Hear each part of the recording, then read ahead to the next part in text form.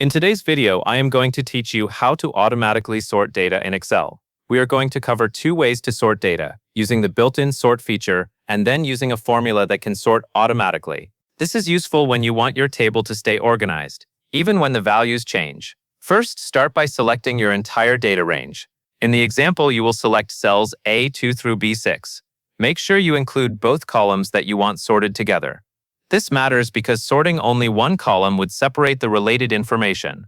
As you select the range, you should see the highlight cover all the cells from A2 to B6, including every row that belongs to your dataset.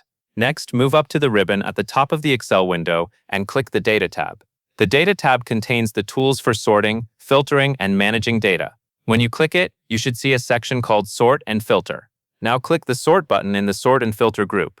This opens the sorting options, where you can choose what column to sort by and what order to use. Take a moment to scan the Sort dialog so you know where the key settings are located. In the Sort by drop-down menu, choose your sorting column. For this example, you will pick the column that contains the values you want to sort on. Selecting the correct sorting column is important because it determines how each row will be rearranged. Then, set the order using the Order drop-down. You can select smallest to largest for numeric values, or you can select A to Z for text values. Make sure the order you pick matches the type of data you have. For instance, if your column contains numbers, smallest to largest is usually the best choice.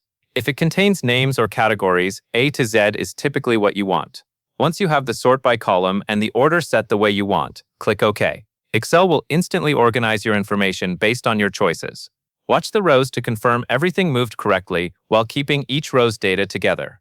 This immediate result is a good sign that your sort settings were applied properly. Now that you have seen how to sort manually, it is time to automate sorting with a formula. Automating is helpful because it lets Excel keep the data sorted without you having to run the sort command again. For this part, you will click into cell D2, which will be used to display the sorted results. With cell D2 selected, type the formula exactly as shown, =SOT A2 B6 11. After entering it, press Enter. The formula tells Excel to take the range A2 to B6, then sort it based on the first column within that range, using an order that results in the smallest to largest style arrangement. Once you press Enter, you should see Excel produce a new sorted output starting in cell D2. As you look at the results, compare them with the earlier sort you performed using the Data tab. You should notice that the rows appear in the sorted order and they remain formatted as an organized list.